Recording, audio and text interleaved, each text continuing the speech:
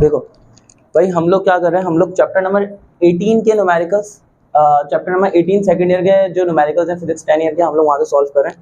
Chapter 18 का नाम है एटॉमिक स्पेक्ट्रा। इसके फॉर्मूलाज ऑलरेडी आप लोगों की कॉपीज में लिखे हैं, तो दोबारा से फॉर्मूलाज लिखना, जस्ट डायरेक्ट स्टार्ट करें हम लोग।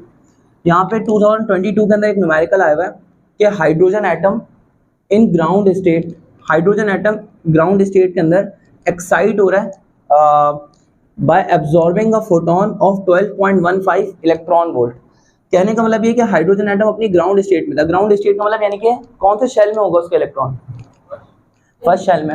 हाइड्रोजन जो है ना, हाइड्रोजन के पास एक ही इलेक्ट्रॉन होता है और वो एक इलेक्ट्रॉन फर्स्ट शेल के अंदर होता है, और फर्स्ट शेल के अंदर है। अब वो बोले हाँ ये ग्राउंड लेवल पे है, ग्राउंड लेवल पे हाइड्रोजन का जो इलेक्ट्रॉन होता है वो फर्स्ट शेल के अंदर होता है, एक ही इलेक्ट्रॉन होता है, एक ही इलेक्ट्रॉन फर्स्ट शेल के अंदर होता है।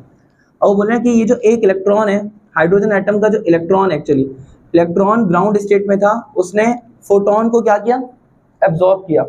अब जब उसने फोटोन को एब्जॉर्ब किया, मान लो यहाँ से फोटोन को एब्जॉर्ब करके ये इलेक्ट्रॉन जंप करके चला गया हायर शेल में, चला गया इस शेल में चला गया, सही ना, ये इलेक्ट्रॉन जंप करके हायर शेल में चला गया। कितनी एनर्जी उसने एब्जॉर्ब करी, वो एनर्जी है डेल्टा ई। डेल्टा ई कितना है भैया, 12.15 इलेक्ट्रॉन वोल्ट।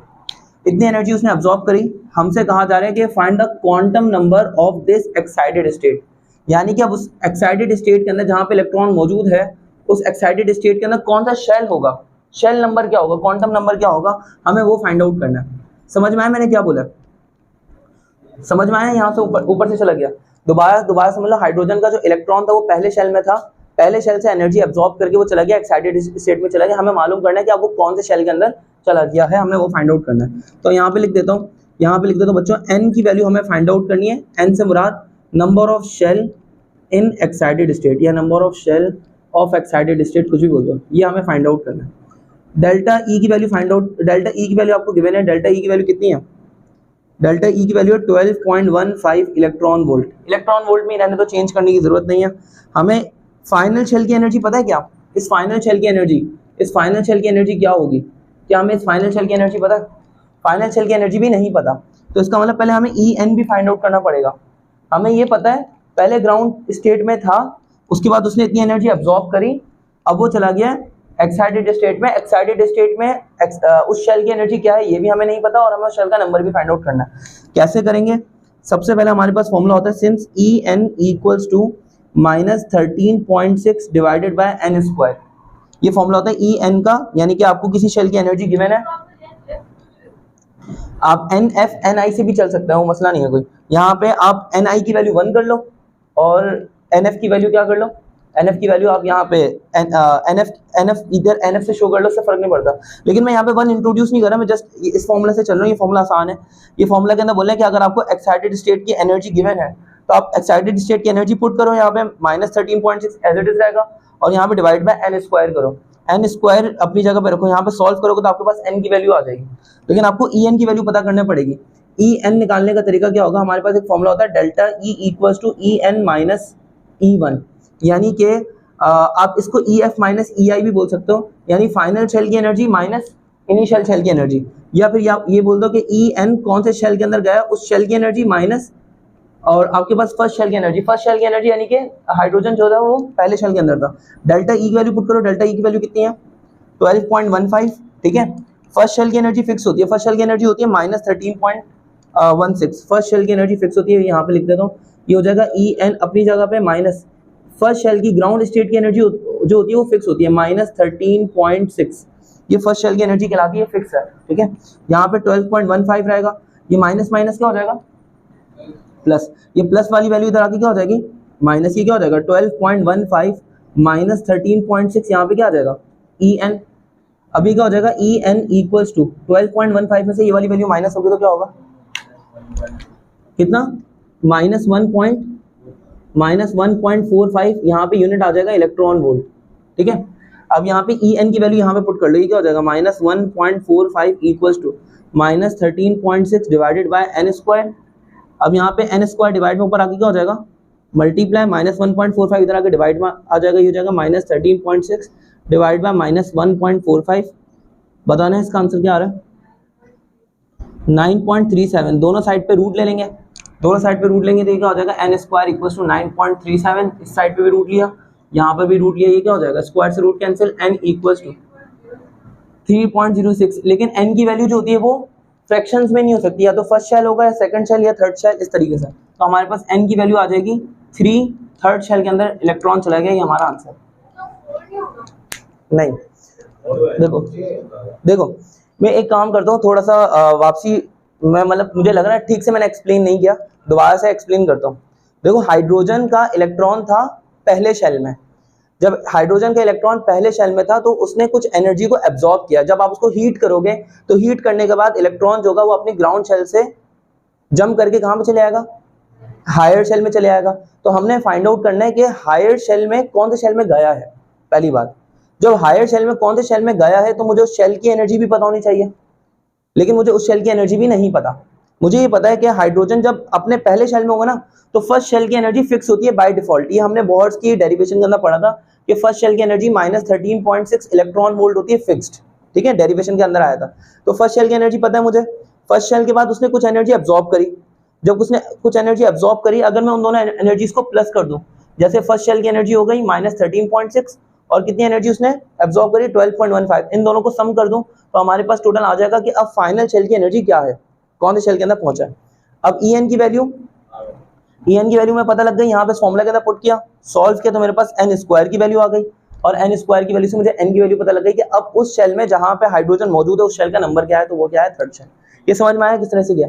अब आते हैं जरा नेक्स्ट न्यूमेरिकल पे चलते हैं, 2018 के न्यूमेरिकल पे। चल रहा भाई चल रहा, एक सेकंड ये थोड़ा सा हिल गया था।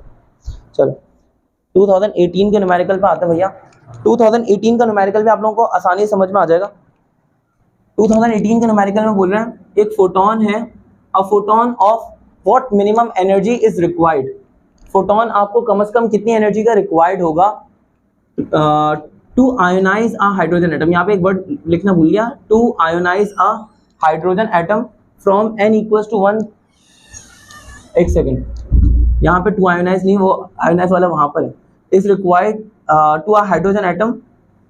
अबे यार यहाँ पे एक वर्ड मिसिंग है, तो 10 ईयर दोबारा देख लेता हूँ। 10 ईयर से क्या लिखा हुआ है, a photon of what minimum energy is required to excite a hydrogen atom. Sorry, what यानी कि हाइड्रोजन एटम के ग्राउंड शेल से किसी और एक्साइटेड शेल में लेके आने के लिए, is required to excite a hydrogen atom from n equals to 3। देखो सुनो बच्चों, ये वाला न्यूमेरिकल बड़ी आसानी समझ में आ जाएगा। वो बोल रहे हैं कि हमें फोटोन कितनी एनर्जी का कम से कम रिक्वायर्ड होगा अगर हमने हाइड्रोजन का इलेक्ट्रॉन कौन से शेल में होता है, फर्स्ट शेल में होता है। हाइड्रोजन के इलेक्ट्रॉन को फर्स्ट शेल से जंप करवाने कौन से शेल में, थर्ड शेल में जंप करवाने। तो यहाँ पे डेटा के अंदर लिख लेता हूँ। हाँ, हमें उसके लिए मिनिमम एनर्जी चाहिए कि हम हाइड्रोजन को कितना ज्यादा हीट करें कि उसका इलेक्ट्रॉन फर्स्ट शेल से जंप करके थर्ड शेल में चले जाए, यानी कि डेल्टा ई निकालनी। तो डेल्टा ई हमें फाइंड आउट करनी, ठीक है, आसान है। अब देखो किस तरह से निकालेंगे। हमारे पास बच्चों यहाँ पे n की वैल्यू, इसको इनिशियल बोल दो, ni बोल दो या nf बोल दो, कुछ भी बोल दो। ni की वैल्यू हमारे पास 1 और nf की वैल्यू हमारे पास है 3, ठीक है। अब यहाँ पे क्या करूँगा, एक और चीज़ हमें एनर्जी निकालनी है। यहाँ पर ना हमारे पास फॉर्मूला देखो, डेल्टा ई का फॉर्मूला हम लोग ये वाला यूज करेंगे ना, डेल्टा ई इक्वल्स टू यहाँ पे EF माइनस EI। सही बात समझ रहे हो, delta E equals to EF minus EI, ये हम लोग फॉर्मूला यूज करेंगे। Delta E equals to EF minus EI वाला फॉर्मूला यूज करेंगे, या EF माइनस EI बोल दो, या फिर आप बोल दो delta E equals to EN minus E1 बोल दो, यानी फर्स्ट शेल की एनर्जी। फर्स्ट शेल की एनर्जी कितनी होगी, फर्स्ट शेल की एनर्जी होगी -13.6। तो यहाँ पे हो जाएगा -13.6, यहाँ पे लिख दो तो -13.6, प्लस में आ जाएगा, यहाँ पे आ जाएगा EN। Delta E equals to EN अपनी जगह पे रहेगा, माइनस माइनस प्लस, यहाँ पे कितना आ जाएगा 13.6। अब बात ये कि आपको EN निकालना पड़ेगा। EN कैसे निकालोगे, EN निकालने का हमारे पास फॉर्मूला हो जाएगा EN equals to -13.6 divided by n square, है ना, ये फॉर्मूला है। अब यहाँ पे हम फाइनल शेल की एनर्जी कौन सी पुट करेंगे, Ni या NF, कौन से शेल में गया है, 3 में गया है ना। तो यहाँ पे लिखूंगा -13.6 डिवाइडेड बाय NF की जगह पे क्या लिखूंगा 3 का स्क्वायर। ये चीज समझ रहे हो क्या, फर्स्ट शेल की एनर्जी नहीं लिखूंगा, क्यों? क्योंकि फर्स्ट शेल की एनर्जी तो पता है ऑलरेडी -13.6 होती है। हमने निकालना है फाइनल शेल की एनर्जी, जहां पे वो गया है। फाइनल शेल कौन से शेल में गया है? थर्ड में। तो ये 3 का स्क्वायर -13.6 डिवाइडेड बाय 9 कितना हो जाएगा?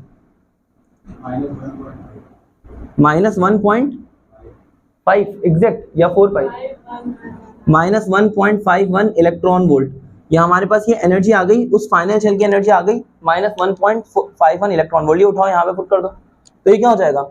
Delta E equals to E n की जगह पे आएगा -1.51 प्लस और उसकी जगह पे 13.6 यहाँ पे 13.6 आएगा। बताओ टोटल आंसर कितना आएगा यहाँ पे?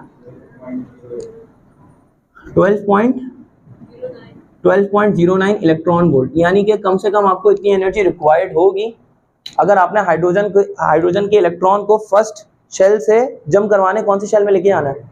सेकंड शेल के अंदर, थर्ड शेल के अंदर लेके आना है, तो आपको इतनी एनर्जी रिक्वायर्ड होगी। ये आसान न्यूमेरिकल है, मुश्किल न्यूमेरिकल भैया? आसान है। अब आ जाते हैं जरा 2017 का न्यूमेरिकल चेक कर लेते हैं। यार ये आसान न्यूमेरिकल है ना? 2017 का न्यूमेरिकल पे आते हैं। 2017 का न्यूमेरिकल क्या बोल रहा है? बोले how much energy is needed to ionize a hydrogen atom originally in ground state. तो बोल रहे हैं कि हमें कितनी एनर्जी रिक्वायर्ड होगी अगर हमने हाइड्रोजन के एटम को आयोनाइज करना है। हाइड्रोजन के एटम को आयोनाइज करना, हाइड्रोजन का इलेक्ट्रॉन पहले कौन से शेल के अंदर मौजूद है? ग्राउंड शेल के अंदर, ग्राउंड स्टेट के अंदर, फर्स्ट शेल के अंदर मौजूद है। एच की वैल्यू गिवन है, सी की वैल्यू गिवन है, आर एच की वैल्यू गिवन है। ठीक है, हमने एनर्जी फाइंड आउट करनी है। अब ये थोड़ा डिफरेंट तरीके से सॉल्व करेंगे, डिफरेंट तरीके से हो गई है। यहाँ पे ये समझो हाइड्रोजन के पास पहले शेल में एक इलेक्ट्रॉन है, इसको आयोनाइज करने का क्या मतलब है? इलेक्ट्रॉन क्या करना है? इलेक्ट्रॉन बाहर चले जाए, इलेक्ट्रॉन लूज हो जाए यहाँ से। यानी कि हाइड्रोजन के पास जो इलेक्ट्रॉन है, हाइड्रोजन का इलेक्ट्रॉन ये चला जाए, हाइड्रोजन कन्वर्ट हो जाए H+ आयन के अंदर, अपना इलेक्ट्रॉन लूज कर दे। बात समझ रहे हो?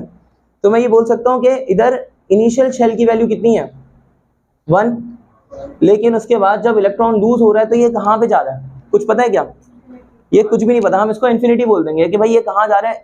अब इससे फर्क नहीं पड़ता। ये इलेक्ट्रॉन जब एक मरतबा हाइड्रोजन से इलेक्ट्रॉन लूज हो गया तो फिर कहाँ गया, कोई फर्क नहीं पड़ता। यहाँ पे हमने बोला कि फाइनल शेल जो हम रखेंगे वो कितना रखेंगे? इन्फिनिटी। हमने हाइड्रोजन को उसके शेल से बाहर निकालना है, हाइड्रोजन को आयोनाइज करना है, ठीक है ना। उसके लिए एनर्जी हमने फाइंड आउट करनी है, कितनी एनर्जी रिक्वायर्ड होगी।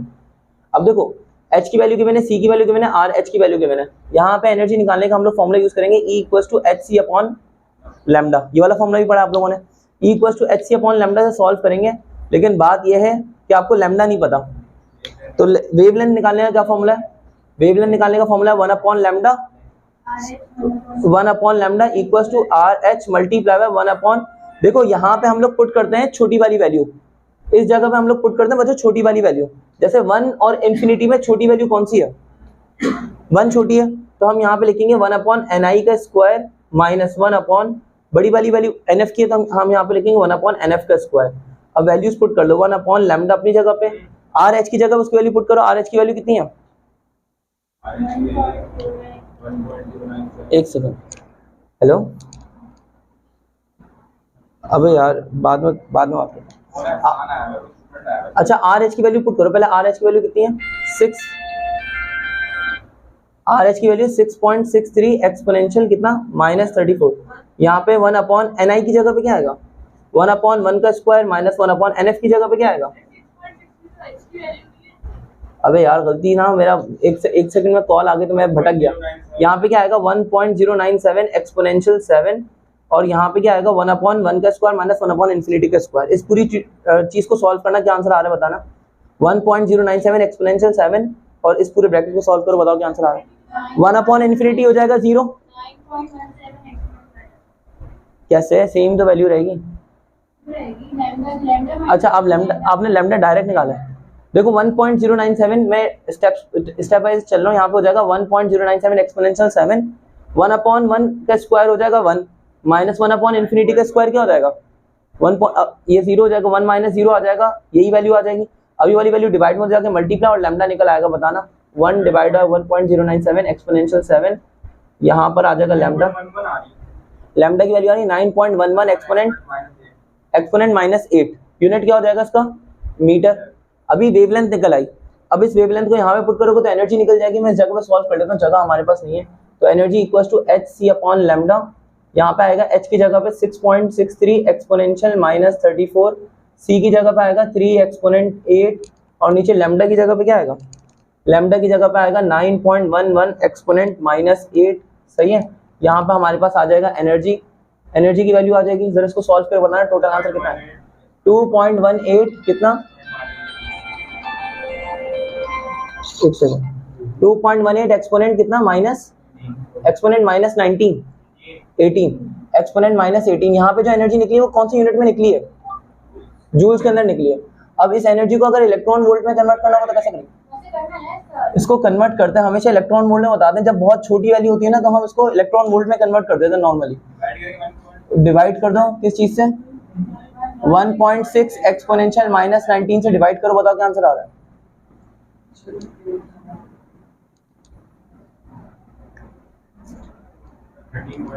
13.6 कितना 13.6 इलेक्ट्रॉन वोल्ट, बस यही आंसर आ रहा है। देखो हमें इतनी एनर्जी चाहिए होगी अगर हमने हाइड्रोजन एटम को आयनाइज करना है तो। ये क्वेश्चन समझ में आया ऊपर से गया, बस कर लो, कॉपी कर लो। अबे कॉल करना। देखो अब यहाँ पे 2016 के न्यूमेरिकल के अंदर क्या बोल रहा है, 2016 के न्यूमेरिकल को समझने के लिए ना पहले आप लोगों को ये समझना पड़ेगा कि हाइड्रोजन एटम के बारे में एक एक्सपेरिमेंट किया गया था उसका स्पेक्ट्रम जानने के लिए। तो ये जो ना आपको एक्सपेरिमेंट याद होगा कि हाइड्रोजन जो है उसका इलेक्ट्रॉन जो होता है वो फर्स्ट शेल के अंदर होता है, लेकिन एक साइंटिस्ट थे जिनका नाम था बाल्मर, और बाल्मर ने क्या किया था, बाल्मर ने एक ट्यूब के अंदर हाइड्रोजन गैस को वो किया था, हीट किया था। बाल्मर ने हाइड्रोजन गैस को हीट किया था, कितने वोल्टेज पे हीट किया था उन्होंने तकरीबन इसको 5000 या 6000 के वोल्टेज पे हाइड्रोजन गैस को हीट किया था, बहुत ही लो प्रेशर पे हीट किया था, 0.001 टॉर पे इन्होंने हाइड्रोजन गैस को हीट किया था, 5000 से 10000 वोल्ट तक के दरमियान में था ये वाला वोल्टेज। सही ना, बहरहाल मैं एक्सपेरिमेंट के अंदर चीजें आप लोगों को याद कराऊं ताकि आप लोग ये वाला न्यूमेरिकल कर सको। तो 5000 से 10000 के दरमियान में उन्होंने क्या किया था, बैटरी से वोल्टेज सप्लाई किया था, और वोल्टेज सप्लाई किया था, प्रेशर रखा था 0.001 टॉर। यहाँ पे इस ट्यूब के अंदर उन्होंने क्या करा था, एक कैथोड रखा, मतलब एक प्लेट को बैटरी के नेगेटिव टर्मिनल से कनेक्ट किया, दूसरी को बैटरी के पॉजिटिव टर्मिनल से कनेक्ट किया। तो यहाँ पे ये प्लेट हो गई कैथोड की और दूसरी प्लेट हो गई एनोड की, दरमियान में हाइड्रोजन गैस फिलअप हुई है, कोई वायर नहीं थी। यहाँ पर कुछ स्पेक्ट्रोमीटर्स रखे हुए थे उन्होंने, कुछ स्पेक्ट्रोमीटर्स रखे हुए थे जो कि क्या नहीं भाई स्पेक्ट्रोमीटर्स थे। अब स्पेक्ट्रो वो दूसरा एक्सपेरिमेंट था। यहाँ पे उन्होंने स्पेक्ट्रोमीटर्स रखे हुए थे, उन्होंने क्या किया था, हाइड्रोजन गैस को बहुत ज्यादा हीट किया, हीट करने के बाद इतने कम प्रेशर पे हीट करने के बाद हाइड्रोजन गैस को जब उन्होंने हीट किया तो कुछ भी इनको रिजल्ट्स नहीं मिले। थोड़ी देर बाद जब हाइड्रोजन गैस कूल डाउन होना शुरू हो गई, तो कूल डाउन होने के बाद यहाँ पे स्पेक्ट्रोमीटर्स पे कुछ कलर्स ऑब्टेन हुए जो कि विजिबल रीजन से बिलोंग कर रहे थे। विजिबल रीजन यानी कि वायलेट कलर से लेके वायलेट, इंडिगो और फिर पूरा कहाँ तक, रेड तक, जिसको हम लोग विब्योर बोलते हैं। तो ये सारे कलर्स उनको मिलना शुरू हो गए थे इस पूरे स्पेक्ट्रोमीटर के ऊपर। ठीक है, तो अब उन्होंने बोला कि हाइड्रोजन का जो स्पेक्ट्रम होता है, हाइड्रोजन गैस का जो स्पेक्ट्रम होता है वो विब्योर होता है, विजिबल रेंज के अंदर लाई करता है। लेकिन उसके बाद ये वाला एक्सपेरिमेंट करने वाले शख्स का नाम क्या था, बाल्मर। लेकिन उसके बाद एक और शख्स थे जिन्होंने ये वाला सेम एक्सपेरिमेंट परफॉर्म किया। लंबी हो जाएगी, मैं न्यूमेरिकल्स के अंदर लंबी नहीं करना चाह रहा, जल्दी जल्दी करता हूँ। लाइमन ने सेम एक्सपेरिमेंट परफॉर्म किया, लेकिन उनको विजिबल रीजन नहीं मिला, बल्कि उनको मिला अल्ट्रावायलेट रीजन। सही ना, और इसी तरह से जो पैशन थे, पैशन, इसी तरह ब्रैकेट और पीफंड, इन्होंने जब ये सेम एक्सपेरिमेंट परफॉर्म किया था, ये सब हम ऑलरेडी पहले पढ़ चुके हैं कि पैशन को कौन सा रीजन मिला था, इनको मिला था मतलब लो इंफ्रारेड रीजन मिला था, यानी कि इंफ्रारेड रीजन के अंदर सबसे करीब लो इंफ्रारेड रीजन इनको मिला था। सही है, फिर इनको मिला था इनको मिला था मिड इंफ्रारेड रीजन। सही है, और यहाँ पे इनको मिला था फार इंफ्रारेड रीजन। सही ना, पी फंड को मिला था फार इंफ्रारेड रीजन। ये हम लोगों ने यार सारे न्यूमेरिकल्स ऑलरेडी पहले किए थे। सही ना, फार इंफ्रारेड रीजन। एक एक चीज आप लोगों को यहाँ पे प्रूफ करवाई थी। सबने वोल्टेज मतलब सबके वोल्टेज इसी रेंज के अंदर थे, ऊपर नीचे फ्लक्चुएशन हुई होगी, प्रेशर भी इतना ही था, कुछ ना कुछ फ्लक्चुएशन हुई गई जिसकी वजह से रिजल्ट्स डिफरेंट आ रहे थे। तो बहरहाल ये सारे जो रीजन आ रहे थे, ये जो सारे स्पेक्ट्रम ऑब्टेन हुए, ये सारे स्पेक्ट्रम हुए थे इलेक्ट्रॉन की डिस्कवरी से पहले। उसके बाद इलेक्ट्रॉन की डिस्कवरी हुई, प्रोटॉन की डिस्कवरी हुई, रदरफोर्ड ने अपना एटॉमिक मॉडल पेश किया, फिर नील बोहर ने अपना एटॉमिक मॉडल पेश किया, फिर नील बोहर की डेरिवेशंस आई, नहीं लंबा टाइम बीत चुका था। उसके बाद जाके बोहर ने इन सारे रिजल्ट्स को निकाला और बोहर ने सबकी कैलकुलेशंस करी। उस टाइम तक लोगों को ये पता लग गया था कि हर कलर की खास वेवलेंथ होती है, उस वेवलेंथ, रेड कलर की वेवलेंथ सबसे ज्यादा है, वायलेट की वेवलेंथ सबसे कम है, और इस तरह से इंफ्रारेड की वेवलेंथ जो होगी वो रेड से ज्यादा होगी, और इस तरह से वायलेट की जो वेवलेंथ, अल्ट्रावायलेट की जो वेवलेंथ होगी वो वायलेट से कम होगी। इस तरह सारे रिजल्ट्स ऑब्टेन करने के बाद जो बोहर ने कंक्लूड किया था, बोहर की कंक्लूजन ये थी कि अगर इलेक्ट्रॉन हायर शेल से, इलेक्ट्रॉन जब हायर शेल कोई सा भी हो सकता है, हायर शेल से जब इलेक्ट्रॉन जंप करता है और फर्स्ट शेल के अंदर आता है, जब फर्स्ट शेल के अंदर आता है, हायर शेल से कहीं से भी जंप करके फर्स्ट शेल के अंदर आता है, तो उसको अल्ट्रावायलेट रीजन वाली वेवलेंथ मिलेगी, अल्ट्रावायलेट रीजन की वेवलेंथ मिलेगी। अल्ट्रावायलेट रीजन जो है वो किसको मिला था सबसे पहले? लाइमन को देखने को मिला था, तो उसने इस सीरीज को नाम दिया लाइमन सीरीज का, ठीक है ना, इस सीरीज को नाम दिया लाइमन सीरीज का। यानी कि लाइमन सीरीज के अंदर एक चीज फिक्स हो गई है, लाइमन सीरीज के अंदर NF की वैल्यू 1 है, फाइनल शेल जो होगा ना वो 1 होगा, इनिशियल शेल वो कहाँ से भी आ रहा है उससे फर्क नहीं पड़ता, इनिशियल शेल 1 से बड़ा कुछ भी हो सकता है, जैसे कि 2, 3, 4 एंड सो ऑन, कुछ भी हो सकता है, ठीक है, इन्फिनिटी भी आ सकता है यहाँ पे, लेकिन फाइनल शेल की वैल्यू यहाँ पे क्या होगी?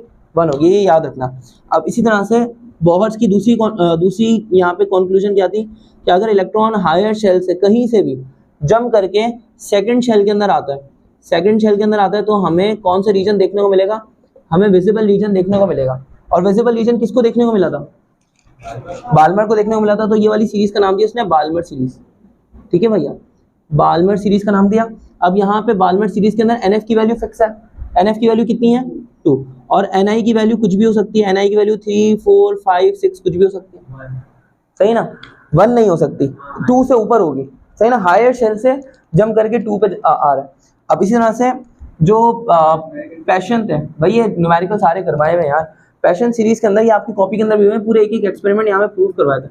पैशन सीरीज में ना क्या हुआ था कि हायर शेल से इलेक्ट्रॉन जंप करके कौन से शेल में आया था? थर्ड शेल में आया था। तो NF के लिए मैं बोल देता हूँ, NF की वैल्यू यहाँ पे फिक्स हो गई 3, और NI की वैल्यू यहाँ पे क्या हो सकती है?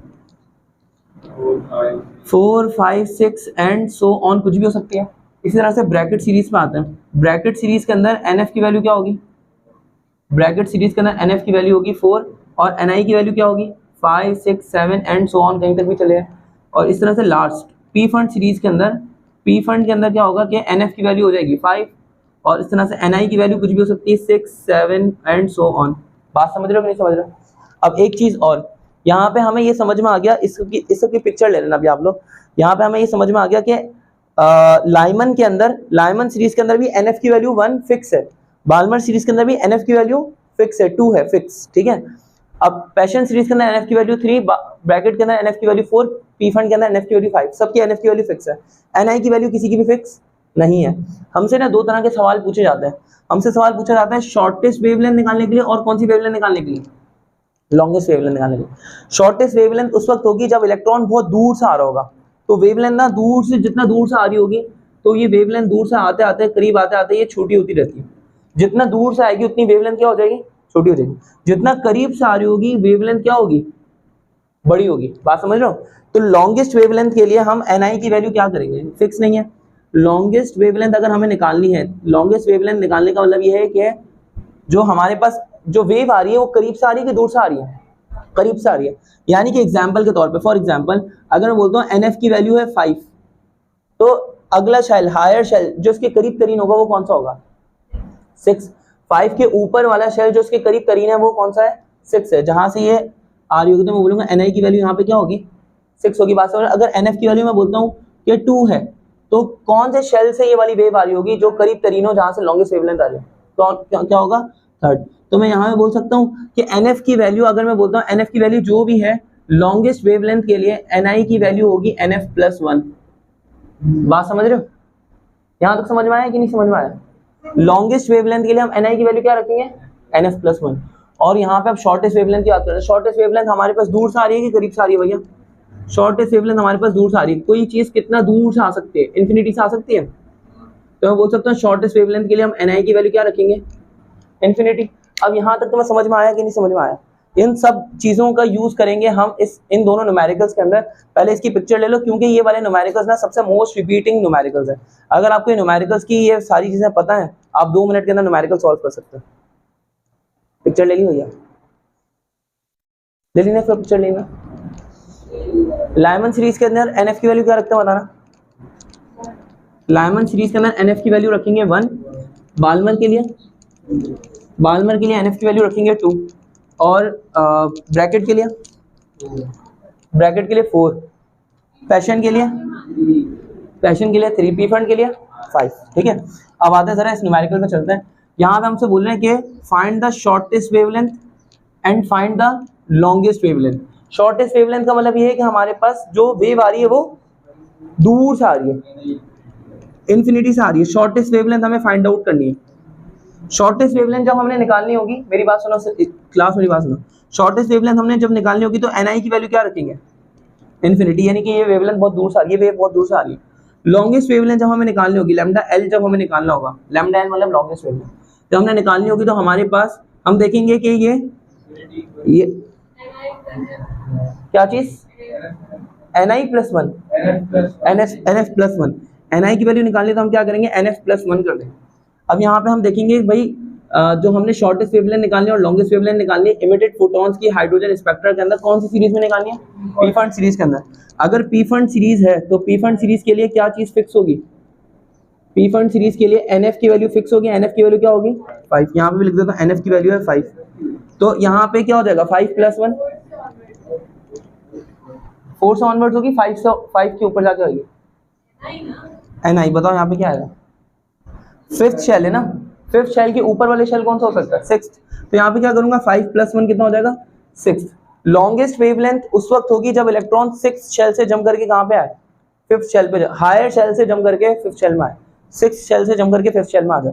इसी तरह से यहाँ पे शॉर्टेस्ट वेवलेंथ उस वक्त होगी जब इन्फिनिटी से वो वेव आ रही होगी कौन से शेल में, 5वें शेल के अंदर आ रही होगी। यहाँ तक बात समझ में आ गई। अब देखो आर एच की वैल्यू फिक्स है, 1.097 एक्सपोनेंशियल 7। क्वेश्चन ना हमें यहीं तक गिवन था, इसके आगे क्वेश्चन गिवन नहीं था 10 ईयर के अंदर। मैंने एक पार्ट और एक्स्ट्रा ऐड किया ताकि हम इस तरह के काफी सारे न्यूमेरिकल्स को खुद से कर सकें। कभी कभी हमें ये भी बोल सकते हैं कि एनर्जी निकालो उस इमिटेड फोटोन की, जो फोटोन इमिट हुआ है उसकी एनर्जी निकालो शॉर्टेस्ट वेवलेंथ से और लॉन्गेस्ट वेवलेंथ से। तो अगर लॉन्गेस्ट वेवलेंथ से निकालेंगे तो हम बोलेंगे ई एल निकालो फाइंड आउट, यानी यहाँ पे वेवलेंथ जो है हमने लॉन्गेस्ट वाली रखनी है, और ई एस निकालो यानी कि शॉर्टेस्ट वेवलेंथ रखनी है। ठीक है, अब देखो हमारे पास फॉर्मूला क्या होगा। सबसे पहले तो वेवलेंथ निकालो।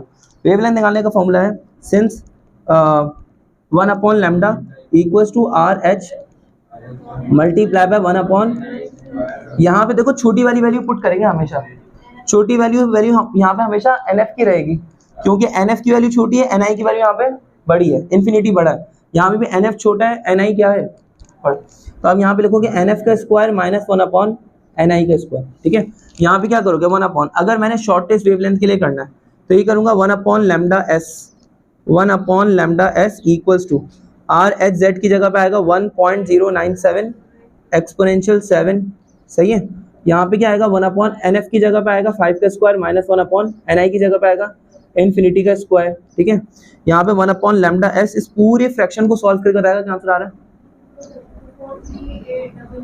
43800, यही आ रहा है हमारे पास आंसर। अब देखो लैम्डा एस यहाँ पे डिवाइड में होते जाके मल्टीप्लाई हो जाएगा, वाली वैल्यू मल्टीप्लाई करा के डिवाइड हो जाएगी, हो जाएगा 1/438800 इक्वल्स टू लैम्डा एस आ जाएगा यहाँ पे लैम्डा एस इक्वल्स टू, बताओ क्या आंसर आएगा 2.278 एक्सपोनेंट माइनस 6, साथ में यूनिट क्या आ जाएगा मीटर इनवर्स। यहाँ तक क्लियर हो गया। अब यहाँ पे lambda s, sorry metre wavelength का यूनिट मीटर। अब देखो लैम्डा एस निकाला तो लैम्डा एल निकाल सकते हैं। इसी तरह से लैम्डा एल निकालने के लिए मैं क्या करूंगा, फॉर्मूला हमारे पास 1/λ equals to R H Z multiply by, यहाँ पे लिख लो R H Z multiply by 1/NF square minus 1/NI square, ये फॉर्मूला होगा। आर एच जेड की वैल्यू यहाँ पे 1 होती है, हाइड्रोजन का एटॉमिक नंबर 1 होता है, इसलिए पुट करो यानी करो, बात देखिए। अब देखो आर एच की वैल्यू कितनी है, और ये फॉर्मूला सिर्फ हाइड्रोजन पे ही लगता है और किसी पे लगता ही नहीं है। यहाँ पे आर एच की वैल्यू पुट करें, आर एच की वैल्यू 1.09 एक्सपोनेंशियल 7, क्या बोल रहे हो बेटा, एन एफ यहाँ पे पुट करोगे, क्या पुट करोगे 5, एन आई की वैल्यू क्या पुट करोगे 6, तो ये हो जाएगा 1/5 का स्क्वायर माइनस 1/6 का स्क्वायर। अब देखो ये क्या हो जाएगा 1/λ इक्वल्स टू 134. उसके अंदर बता सकते हैं सिर्फ नंबर्स के अंदर, हाँ बता दे, पूरा नंबर बता दे। हाँ 134 077, यही आ रहा है ना 134,077, यही आ रहा है। अब देखो ये वाली वैल्यू लैम्डा एल उधर चला गया, वो वाली वैल्यू इधर आके डिवाइड हुई, बताओ लैम्डा एल की वैल्यू क्या आई? 7.45 एक्सपोनेंट -8। आप गलत बता रहे हैं। अच्छा एक्सपोनेंट -6 सही है, ये आगे यूनिट क्या हो जाएगा इसका? मीटर। 10 ईयर के अंदर सिर्फ इतना ही क्वेश्चन गिवन था और यहाँ पे 10 ईयर के हिसाब से आंसर आ गया। अब लेकिन हमने एनर्जीज निकालनी है, तो हम कैसे निकालेंगे? ये वाला सवाल ना, ये वाला तीसरा वाला सवाल भी रिपीटेड है, ये वाला सवाल भी खुद से करेंगे सारे। चलो अच्छा चलो सही है, यहाँ पे देखो, देखो इस जगह पे देखो, यहाँ पे हमने क्या करना है भैया, एनर्जीज निकालनी है, तो कैसे निकालेंगे? एनर्जीज ऑफ शॉर्टेस्ट वेवलेंथ निकालनी है और इसी तरह से एनर्जीज ऑफ लॉन्गेस्ट वेवलेंथ निकालनी है। ठीक है, मैं काम करता हूँ, पहले एनर्जीज ऑफ शॉर्टेस्ट वेवलेंथ निकाल लेता हूँ। फॉर्मूला क्या हो जाएगा? E = hc/λ, यही फॉर्मूला हमारे पास। E अपनी जगह पे रहेगा, h की जगह पे क्या आएगा? हमें तो इसकी वैल्यू याद हो गई 6.63 एक्सपोनेंशियल -34। c की वैल्यू क्या होगी? 3 एक्सपोनेंट 8। लैम्डा की वैल्यू क्या पुट करोगे? शॉर्टेस्ट वेवलेंथ के लिए शॉर्टेस्ट वेवलेंथ मतलब उसकी एनर्जी निकालोगे तो 2.278 एक्सपोनेंट -6। ई की वैल्यू बताओ क्या आ रही है? 2.667 एक्सपोनेंट -20। यूनिट क्या आएगा यहाँ पे? जूल्स। अगर इलेक्ट्रॉन वोल्ट में कन्वर्ट करना है, किसे कैसे निकालोगे? डिवाइड बाय 1.6 एक्सपोनेंशियल -19, तो ये क्या आंसर आएगा? 0.166 इलेक्ट्रॉन वोल्ट। 0.166 इलेक्ट्रॉन वोल्ट की हमारे पास एनर्जी ऑफ शॉर्टेस्ट वेवलेंथ आ गई, फ्रॉम शॉर्टेस्ट वेवलेंथ। ठीक है, यहाँ तक समझ में आया? उमेश भाई पक्का समझ में आ गया? अगर लॉन्गेस्ट वेवलेंथ निकालनी हो तो कैसे निकालेंगे? EL = क्वेश्चन मार्क, फॉर्मूला क्या होगा? सिंस E = hc/λ, ये क्या हो जाएगा? EL = h की जगह पे आएगा 6.63 एक्सपोनेंट -34। c की जगह पे क्या आएगा? 3 एक्सपोनेंट 8, नीचे डिवाइड में लैम्डा की जगह पे लैम्डा एल पुट कर लो। अगर EL निकालना है तो लैम्डा एल की वैल्यू कितनी आएगी? 7.45 एक्सपोनेंट -6। तो ये क्या हो जाएगा? EL = बताओ टोटल आंसर क्या आ रहा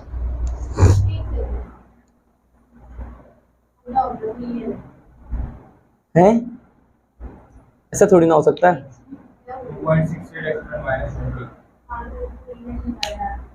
ये आपने EL निकाला है, ये आपने मुझे EL की वैल्यू बता दी है, मतलब यहाँ पे आपने ये वाली वैल्यू पुट करी है 7.45 एक्सपोनेंट -6 पुट करी है, तो हमारे पास क्या वैल्यू आई है? 2.667 एक्सपोनेंशियल -20। ये EL की वैल्यू निकाल दी है।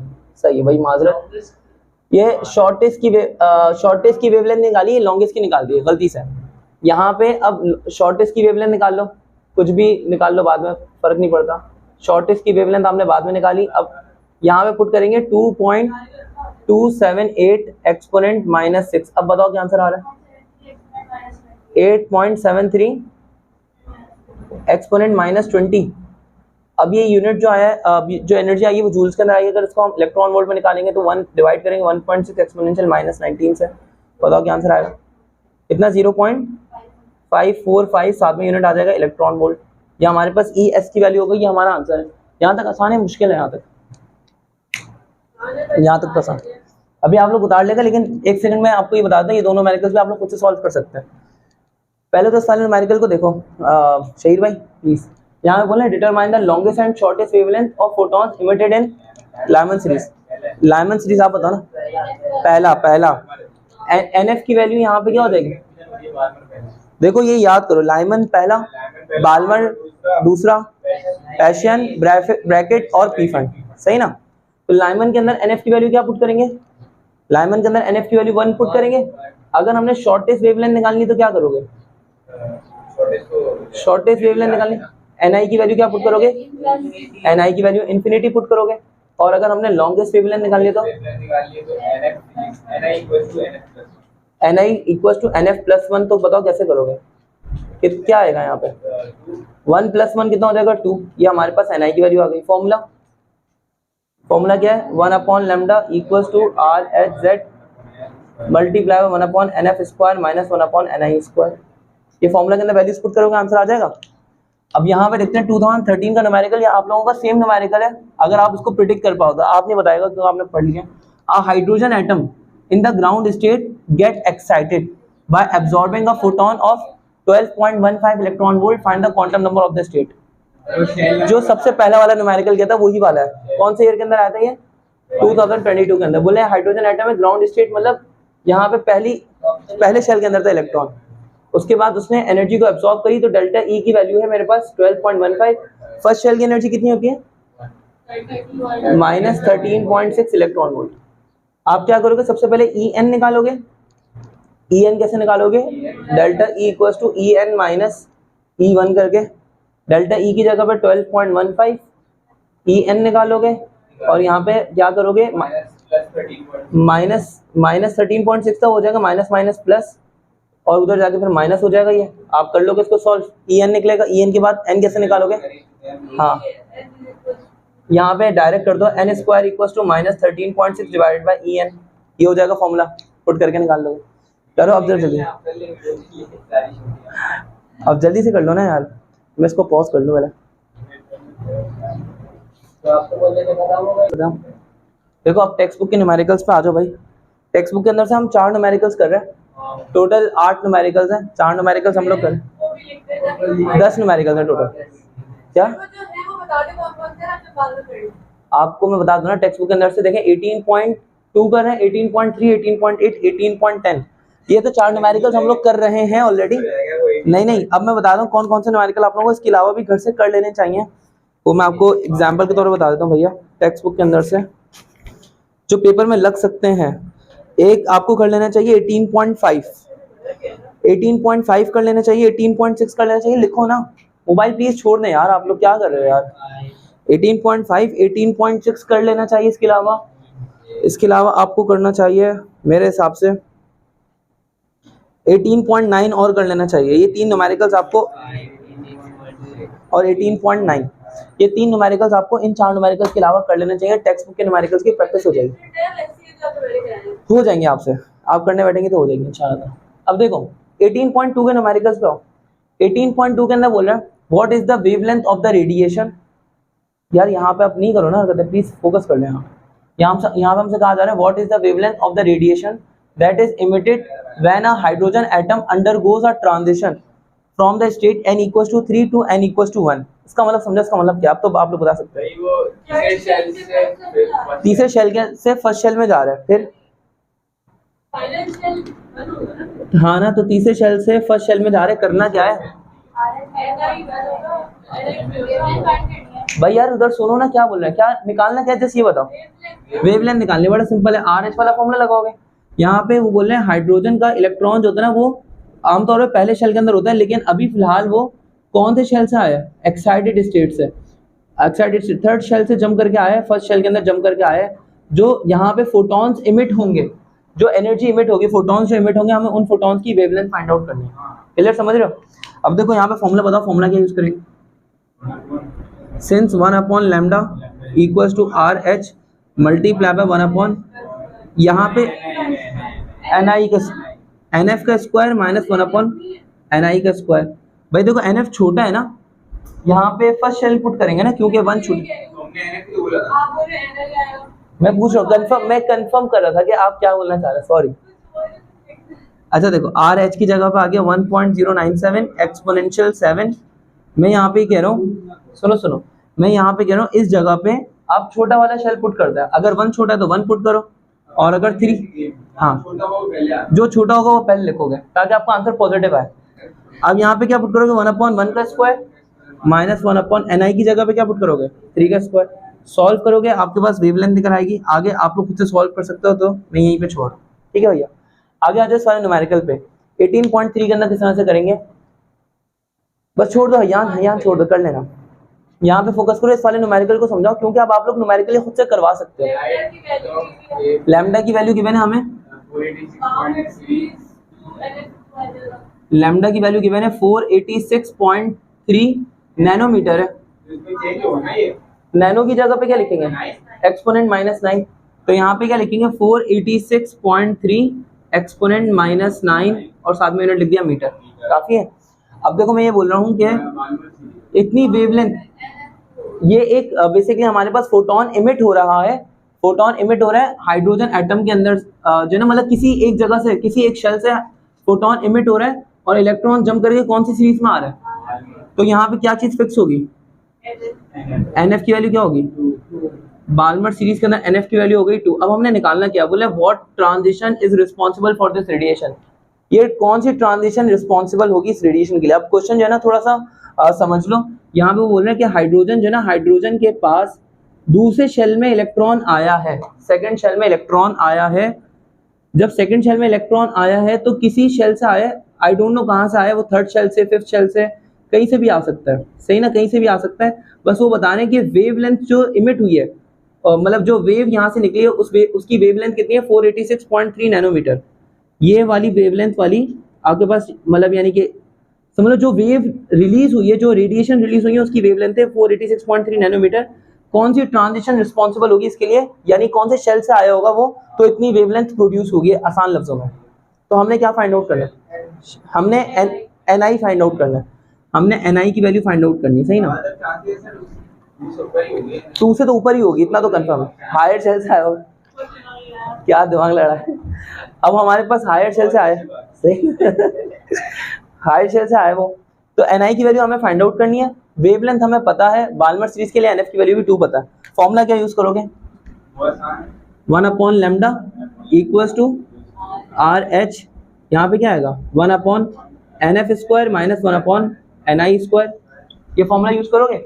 अब देखो यहाँ पे 1 लैम्डा की जगह पे क्या पुट करोगे, 486.3, आगे एक्सपोनेंट -9 इक्वल्स टू RH की वैल्यू पुट करो, RH की वैल्यू कितनी है 1.097 एक्सपोनेंशियल 7, यहाँ पे क्या लिखा है 1 NF की जगह पे क्या लिखोगे, क्या RH की वैल्यू तो याद कर लो यार, बार बार गिवन होगी तो।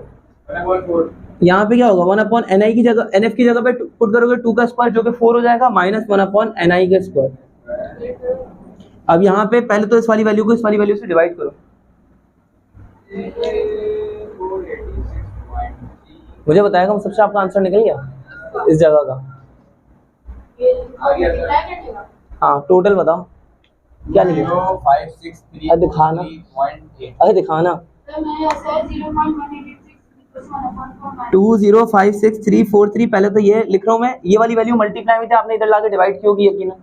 1.097 एक्सपोनेंशियल 7, यहाँ पे क्या लिखा 1/2 का स्क्वायर हो जाएगा 4 माइनस 1 NI स्क्वायर हो जाएगा। यहाँ तक समझ में आ गया। अब देखो यहाँ पे हमने डिवाइड किया, डिवाइडेड बाय 1.097 एक्सपोनेंशियल 7, तो क्या आंसर आया था 0.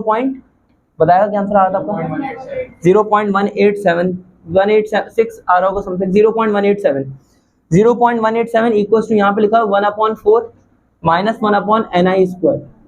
देखो भाई शहीर भाई यहाँ पे फोकस करना, माइनस 1 NI स्क्वायर इधर आके क्या हो जाएगा प्लस, और ये वाली वैल्यू उधर जाके माइनस हो जाएगी, माइनस वाली वैल्यू 1 NI स्क्वायर इधर आपको हो गई प्लस, यहाँ पे लिखा 1/4 minus 0.187 1/4 minus answer,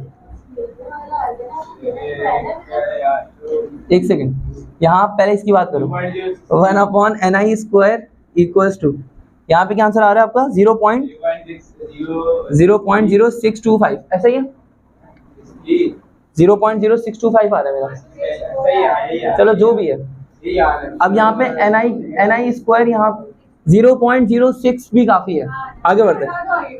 NI square यहाँ पे डिवाइड में होते जाके मल्टीप्लाई हो गया, वो वाली वैल्यू इधर आके डिवाइड हो गई, 1 divide by 0.0625 equals to NI square, 1 divide by answer 15.98 आ रहा है यहाँ पे इक्वल्स टू NI स्क्वायर, हाँ 16 ही है ना, चलो 15.98।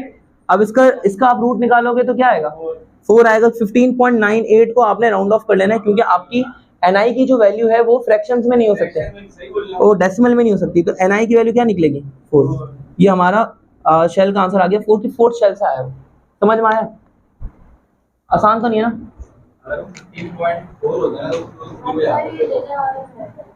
ये वाला ऊपर वाला, अभी तो फिलहाल यहाँ पे बात करेंगे न्यूमेरिकल कैसे सॉल्व होगा, ठीक है ना। देखो अभी इधर न्यूमेरिकल पे फोकस करो, देखो 18.8 पे बात करते हैं। 18.8 के न्यूमेरिकल में बोल रहा है what minimum energy is needed in an x ray tube to produce in order to produce X-ray with a wavelength of 0.1 exponential minus 10 metre. अब यहाँ पे hc अपॉन लैम्डा वाला फॉर्मूला लगेगा सिंपल। यहाँ पे ना ये एक्सरे ट्यूब में बेसिकली हमने एक्सरेज प्रोड्यूस करनी है। एक्सपेरिमेंट कुछ इस तरह का था कि हमारे पास एक कैथोड की प्लेट होती थी, एक पॉजिटिव थी एक नेगेटिव, और यहाँ पर एक एनोड की प्लेट थी, सही ना। एक एनोड था एक कैथोड था, सिंपल। ये कैथोड हो गया, सही ना। इसको एक काम कर लो, कैथोड हो गया हमारे पास और ये हो गया एनोड।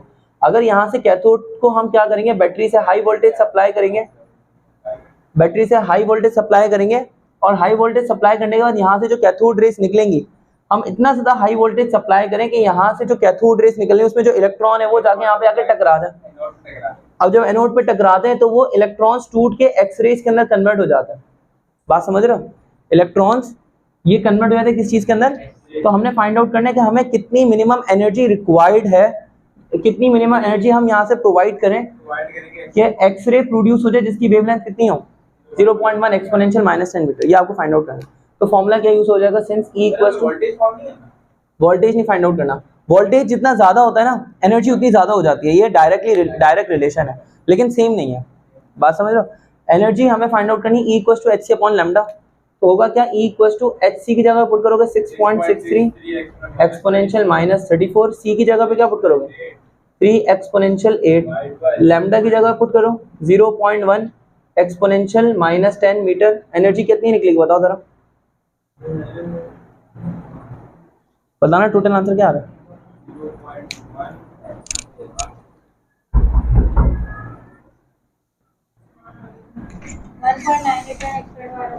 क्या आंसर आ रहा है? 1.989 exponent minus 4 minus 14 exponent minus 14 joule में निकल रही है।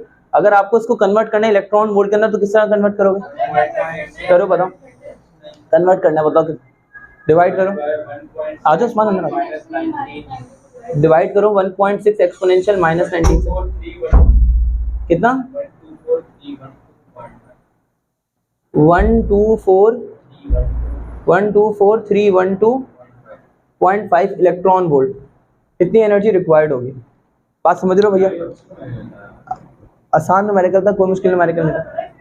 अब देखो यहाँ पे ना एक न्यूमेरिकल ऐसा है 18.10 के अंदर 3 पार्ट्स गिवन है। आपको एक पार्ट करवा रहा हूँ, आपको समझ में आ जाएगा। आपको फ्रीक्वेंसी गिवन है और फ्रीक्वेंसी से आपको एनर्जी निकालनी है। Calculate the energy of photon whose frequency is this. अब हमारे पास एक फोटोन की एनर्जी निकालने का फॉर्मूला था E equals to h mu. हमारे पास फॉर्मूला था E equals to h mu. Frequency की जगह पे उसकी वैल्यू पुट करो, h की वैल्यू पुट करो, सॉल्व, एनर्जी आ जाएगी। तो क्या हो जाएगा म्यू, हाँ यहाँ पे h की वैल्यू पुट करो 6.63 एक्सपोनेंशियल माइनस 34 और म्यू की जगह पुट कर लो 4 एक्सपोनेंट 14।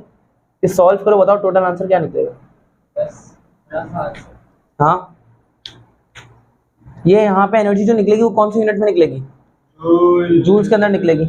अगर इलेक्ट्रॉन वोल्ट में कन्वर्ट करना हो तो कैसे करेंगे? 2.544 एक्सपोनेंट माइनस 20 ना।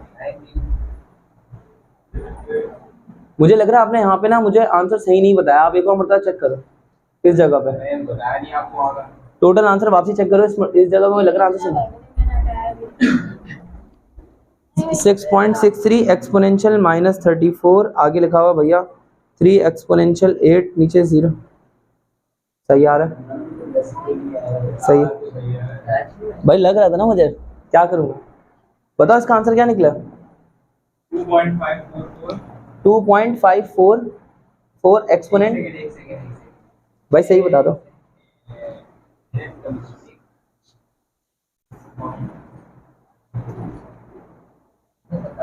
To point six five two आगे 2.652 एक्सपोनेंशियल माइनस एक्स। भाई देख लो, यही आंसर है, यही आंसर आ रहा है ना 2.652 एक्सपोनेंशियल माइनस 19। अगर इसको इलेक्ट्रॉन वोल्ट में कन्वर्ट करोगे ऐसे करोगे, divided by 1.6 exponential minus 19। Electron volt में बताना भाई क्या आंसर आ रहा है।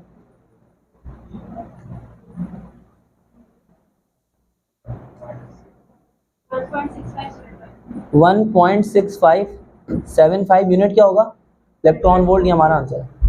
काफी है यहाँ तक भाई। अब चैप्टर 18 के हमने न्यूमेरिकल्स कर लिए, full and final text book के भी कर लिए और 10 ईयर के भी कर लिए। टाटा।